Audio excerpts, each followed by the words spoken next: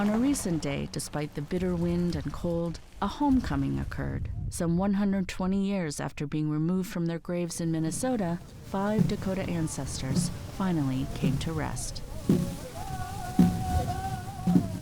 There's a couple of things that make this repatriation significant. Frankie Jackson is the compliance officer for the Prairie Island Indian Community Tribal Historic Preservation Office. He says the 4 Dakota bands in Minnesota filed under the Native American Graves Protection and Repatriation Act. We've had NAGPRA around for 30-some years or so, and this is the first time the 4 federally recognized tribes here in Minnesota filed a joint NAGPRA claim together. So I think that in itself is a historic undertaking. The law, among many things, it calls for institutions that are federally funded or objects that were required on federal land, such as indigenous ancestral remains or associated grave goods, to be repatriated or returned to the indigenous nations that they belong to. There's several issues with why the law there's still repatriation projects still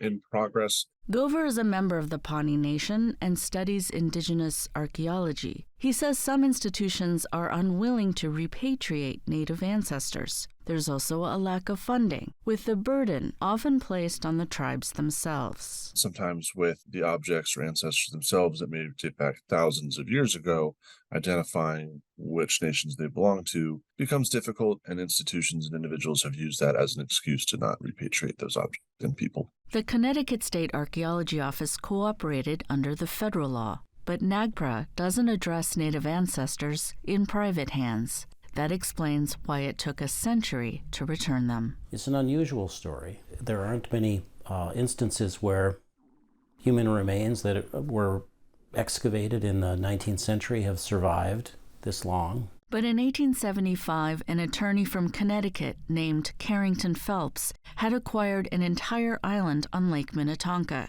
It was renamed Phelps Island, and he built a lodge. Also on the island were 2 Native American burial mound groups. Lake Minnetonka has a heavy concentration of mounds. Some archaeologists claim that it's one of the most dense areas of mound building in this southern Minnesota. There are almost 500 mounds at Lake Minnetonka that were counted and mapped in the 1880s. The lake was considered a sacred place. Historian Paul Maravellis says ancestors to Dakota and other tribes used it as a resource as well as a place of final rest. Most of these were excavated at Lake Minnetonka by 1890.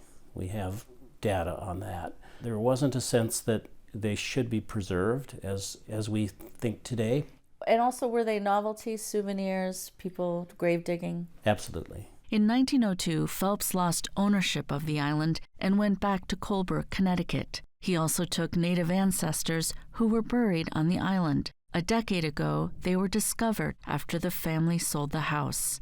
In a statement, the Colebrook Historical Society wrote, "Our historian said the family made no effort to hide the fact that he brought the bones back after he destroyed the mound. Over the years, they showed them to people as if they were souvenirs." A decade later, they finally made their way home. I'm standing here on 160 acres in Welch, Minnesota that was recently acquired by the Prairie Island Indian Community.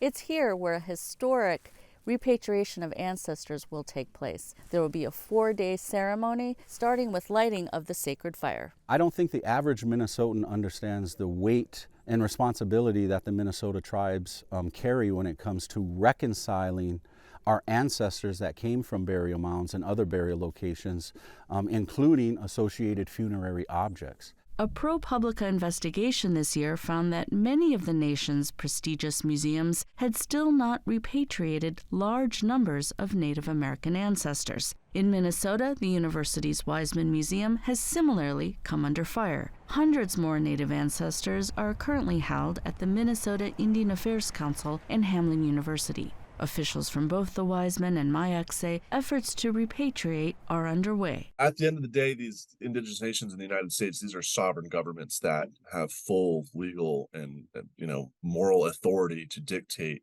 their citizens, their ancestors, and their cultural heritage. Additionally, the field of archaeology is going through what we call the curation crisis. He says museums have just too much inventory, and 3 decades after NAGPRA, some have yet to fully record it all. Minnesota State University anthropologist Ron Shermer witnessed the recent repatriation of Dakota ancestors. He says their final journey home was healing for all. Being able to see that and be part of it and see, again, those old ways coming back into practice when they were forbidden, they were squashed, they were suppressed for so long, it makes your heart feel good. And at the same time, it makes your heart feel sad knowing that this has taken so long